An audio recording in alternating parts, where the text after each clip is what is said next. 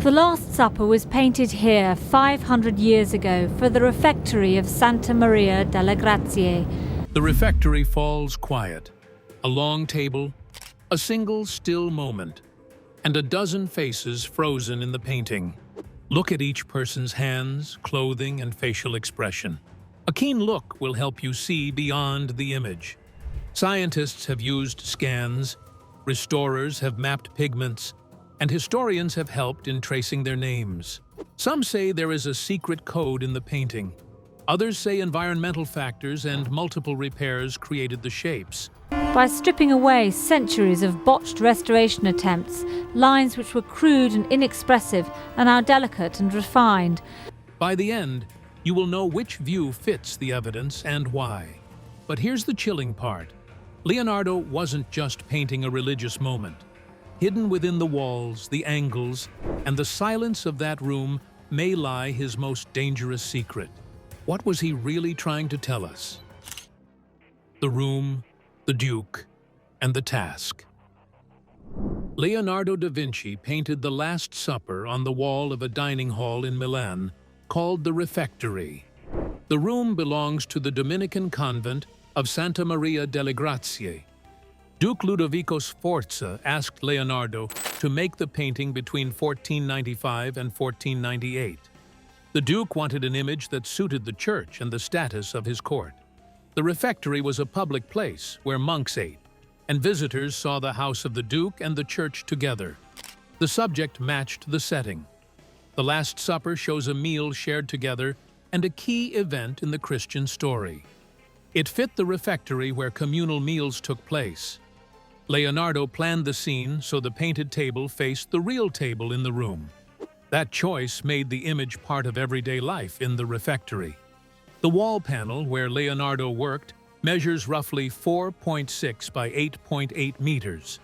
The painting stands across from a smaller work, a crucifixion by Giovanni Donato da Montorfano. Above the mural are architectural elements and painted decorations that link the work to the chapel and to the Sforza family. The placement kept the painting in a space of prayer, politics, and display. Leonardo approached the task with an aim to make a human scene. He set Jesus at the center and arranged the 11 companions in 4 distinct groups. Each group reacts with a different expression. Hands, heads, and bodies form short scenes inside the main picture. Light from the windows behind Jesus makes the central figure brighter and is the reason behind the gestures around him. The method Leonardo chose was not the normal wet plaster fresco. He worked on a dry, sealed wall and used mixed media that let him layer paint slowly. The approach allowed soft edges, blended skin tones, and subtle detail. It let Leonardo rework their faces and gestures as he progressed. That working style gave him control over fine expression, but also meant the paint sat on the surface, rather than sinking into wet plaster. The commission fit within a larger building program in Milan. Architects such as Donato Bramante were active in the city at that time. The ducal court supported music, sculpture, and new buildings. Leonardo moved between painting and scientific study while he worked for the Duke. His presence at Santa Maria delle Grazie joined him to a circle of artists, engineers, and patrons who changed Milan in the late 15th century. Leonardo painted slowly. Records show he took time to try poses, refine hands, and change details. He placed figures on a low bench and used the architecture of the painted room to echo the real space. The plan is a balanced narrative action and calm focus on Jesus. The composition and scale fit the refectory and the needs of the patron. The job required skill, imagination, and decisions about materials and space. The choice of subject, the size of the wall, the patron who ordered it, and the relation to the room all shaped how Leonardo worked. The Last Supper began as a commission tied to power and worship, and it became a test of new methods and creative design. The work also linked art, faith, and the Duke's public image perfectly well. But here's the hidden twist. Leonardo's genius was also his greatest gamble. The very method that gave the Last Supper its lifelike glow would also seal its fragile fate. How long could such beauty survive? How Leonardo painted it, and what time did to it. Leonardo used a slow method for the Last Supper. He painted on a sealed wall with dry layers. He mixed oil and tempera instead of working on wet plaster. This choice lets him blend skin tones and smooth transitions. It also let him correct faces and gestures as he continued with the work. He aimed for softer light and finer detail than a true fresco would allow. That method caused problems over time. The paint sat on the wall surface instead of sinking into fresh plaster. Moisture and salts in the wall made the paint lift and flake. Smoke, dust, and humidity gathered on the surface over centuries. People tried repairs that used heavy paint and hard varnish. Those repairs changed the look of faces and clothes. Early restorers in the 16th and 17th centuries made quick repairs. They painted over losses and filled holes. In the 18th and 19th centuries, replicas and copies circulated that showed how people then read the scene. Some copyists altered gestures or faces to suit local taste. Those copies later made it harder to know Leonardo's original choices. The refectory suffered more damage in the 20th century. During World War II, the building received hits from bombs. Sandbags were stacked to protect artworks. A doorway was cut into the wall near the painting before. That cut removed part of the lower edge and forced later repairs. Attempts to move the painting failed and raised worries for conservators. A large modern restoration began under the direction of Pinin Brambilla Barcelon. The team worked from 1978 to 1999. They removed layers of dirt and discolored varnish. They used solvents and fine tools to lift overpaint added after Leonardo. The goal was to reveal the original paint where it survived and to stabilize what remained. Scientific tools guided the work. Infrared reflectography showed underdrawing and changes Leonardo made while planning. X-ray imaging revealed denser pigments and later fills. Ultraviolet light showed where varnish had been applied. Chemical tests identified original pigments and later substances. These techniques let the team tell original strokes from later touches. The restoration raised questions.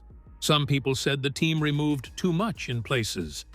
Other experts praised the careful work and the use of science. Conservators took note of the gaps where paint was lost and creatively fixed them. Those decisions mean viewers can now see the original paint and careful reconstruction. After the restoration, the site received new protection. Climate control was installed in the refectory to reduce humidity swings. Access was limited to small groups to reduce heat and carbon dioxide from visitors. The church and authorities set strict rules to keep the wall safe and to slow its decay. A technical study also showed how Leonardo changed his mind while working. Infrared images reveal pentimenti, or drawn changes, where he shifted heads or arms. Those marks prove that Leonardo reworked their poses and adjusted compositions.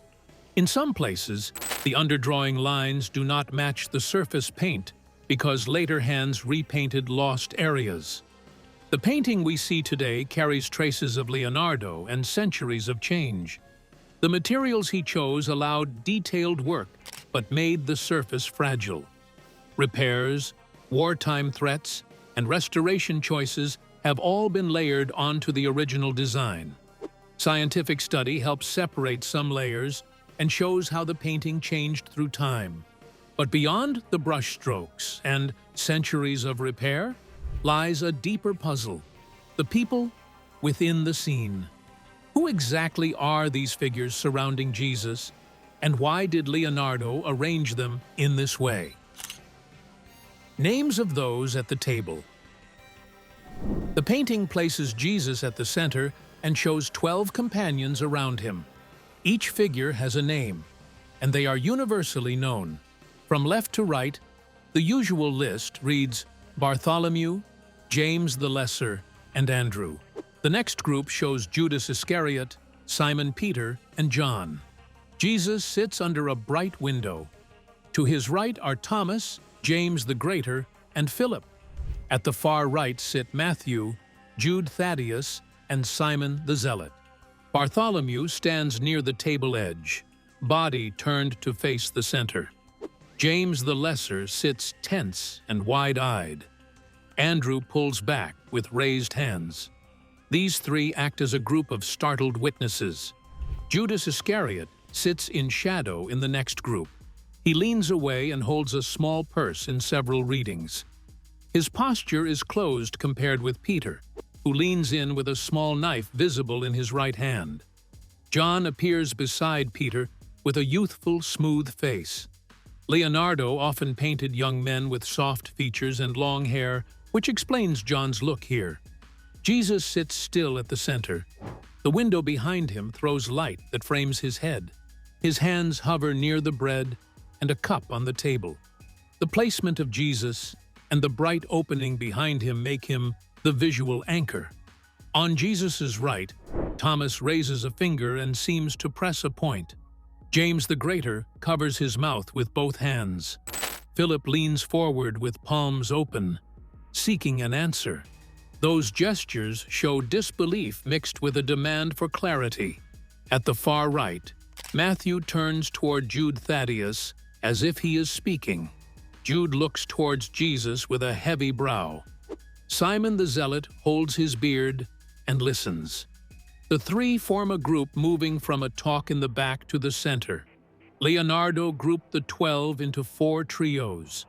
Each trio acts like a short scene that adds rhythm to the whole picture. Heads and hands create lines that move attention around the table. The table becomes a stage where small actions carry the main moment. To confirm names, scholars use many signs. They read hand positions, where eyes point, and which gestures match gospel lines. They also compare copies and related paintings to find repeated patterns. Painters in Leonardo's circle, often called the Leonardeschi, copied the design. Notable followers include Giampietrino, Andrea Solario, and Marco Doggiano. Those copies preserve poses and faces that help scholars decide which parts came from Leonardo. One well-known copy, the Tongerlo Last Supper, shows many of the same poses. That panel helps reveal studio work and small shifts in form. By matching details across the Milan wall and workshop copies, experts build a map of which gestures and face types belong to the original plan. The soft face of John catches attention because Leonardo used gentle features for young male figures in other works. That style detail explains why John differs from Peter and Judas. Each name on the wall ties a painted pose to gospel tradition or to later improvements, giving scholars the basis to name the figures. But despite all the careful study, one detail kept sparking whispers far beyond the art world. If Leonardo truly meant John, why did so many believe otherwise? The claim that would not quit. There is this idea that drew attention. Some writers and researchers said the figure to Jesus' right was Mary Magdalene rather than John. The claim grew larger after Dan Brown wrote a novel that put the idea at the center of a plot. The book named the figure Mary and said secret bloodlines and family lines followed. The story made people look at the painting differently. Art historians answered with facts. They pointed to the style Leonardo used for young men. John often appears with soft features in Renaissance art. That choice came from tradition and from how artists taught faces. Scholars also took a keen look at the painting's technical record. The face near Jesus shows signs consistent with John when compared to Leonardo's other works and to workshop copies. That match argues the figure is John. Another point came from conservation work. The painting has lost much paint, and some visible lines come from later repairs. Where a detail survives only in a later repaint, it cannot be read as Leonardo's intent. The underdrawing and scientific photos help guide the discussion. When experts compare infrared images and later paint layers, the weight of evidence supports John. The book and later films fueled serious discussions. Tourists and writers searched for signs and for a story that would bring in some new information. Television shows and online videos used pattern matching and visual tricks to link the figure to Mary. They used small similarities in face shape or in hair to claim a different gender. For many viewers, the image fit the story they wanted. Scholars named a few reasons the Mary idea fails as proof. First, Leonardo used young male models and stylized faces for certain apostles. Second, workshop copies from Leonardo's circle place the same figure as John in nearly identical ways. Third, the science of imaging finds an original underdrawing that matches John as a male disciple. These lines of evidence reduce the chance that Leonardo painted Mary instead. People approached this matter differently. Some based their understanding on conspiracy theories, while some reasoned based on facts. That division made the painting a stage for two kinds of stories.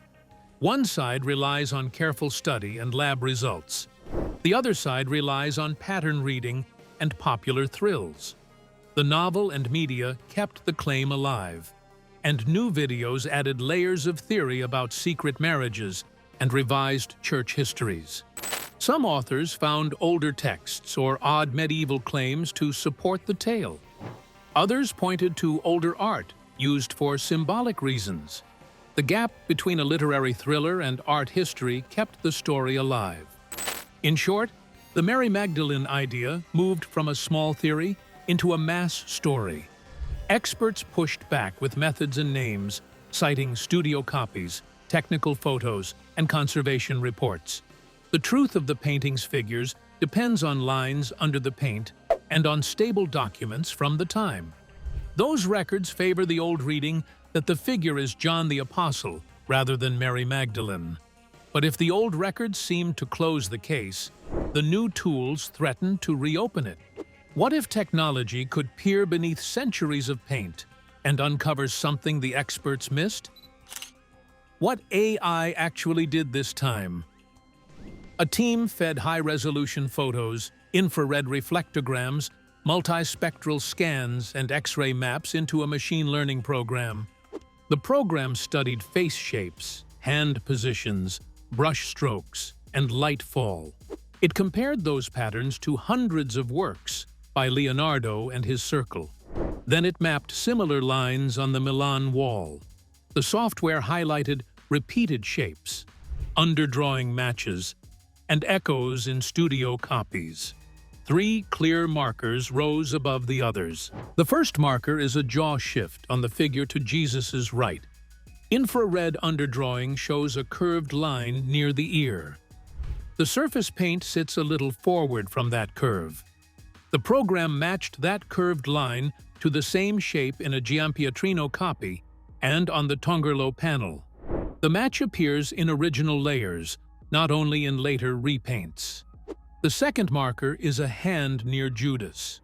The underdrawing drew a compact grip low at the table edge. Surface paint shows longer fingers. The program found the longer fingers repeated in 4 Leonardeschi works. That repetition links the gesture to a repainting and to a deliberate change in pose.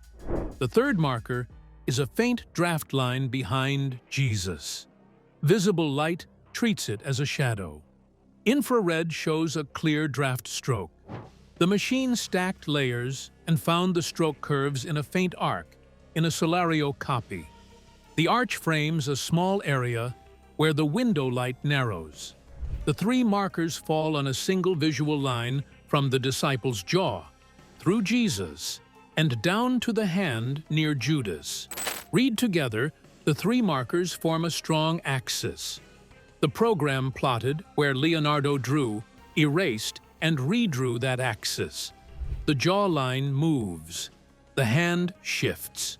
The draft arc alters. Those moves are recorded in the underdrawing and in original pigment tests from the modern restoration. The pattern is not scattered. It guides the eye along the table and across the figures. The program also scored facial geometry. It measured brow angle, jaw slope, and cheek form against a portrait database from the late 15th century. Greenaway, a filmmaker and painter, is fascinated with finding new ways to see classic works, like The Last Supper, a 15th century mural painting which represents Jesus' Last Supper as described in the Gospel. On that test, the disciples fit male templates used by Leonardo for young followers in other works. A hairline curve at the jaw matched a few workshop copies with softer faces, which gave the program a mixed signal. The mix shows planned ambiguity more than error. Next, the system compared pigment maps from 1978 to 1999 restoration led by Pinin Brambilla, Barcelona. Where tests showed original pigment beneath later paint, the jaw shift and the draft arc were present on original layers. Where a detail rests only on later paint, the program noted it as secondary. The machine treated original paint and underdrawing as primary evidence. The combined result reads as a layered message. Leonardo drew a male face, then moved that line. He changed a hand and laid an arc behind Jesus. His studio replicated those moves in copies. Later repairs filled losses, but original strokes and repaint echoes remained discoverable. The machine connected those strokes across layers and worked, offering a single, clear visual line. That line ties the disciple to Jesus and to Judas by placement and by repeated gesture. It suggests a deliberate plan in which pose and touch guide attention along a designed route through the scene. The program rated the alignment as intentional and early in the planning stage. It placed the core marks in underdrawing and in pigment tests that date to Leonardo's time. The machine found a coherent axis across underdrawing, original pigment, and studio copies that links jaw, hand, and a draft arc into a single planned composition. The axis crosses Leonardo and his workshop. The program labeled that axis as a designed visual statement embedded in the painting plan. This axis affects how we read the scene. The program's reading places emphasis on relation and sequence. It shows choices in pose and light meant to pull the viewer's eye. What the axis signals touch identity, direction, and the ordering of gestures. The painting we see today is a mix of Leonardo's hand, later repairs, and studio echoes. AI can point at shapes and patterns, as we all know. The final answer depends on underdrawings, pigment maps, and careful study by experts. That is it for today. For more interesting stories, click on to our next video. Do not forget to like, comment, and subscribe to our channel. You can also share this video with your friends and family. Thank you for watching. Till the end, bye.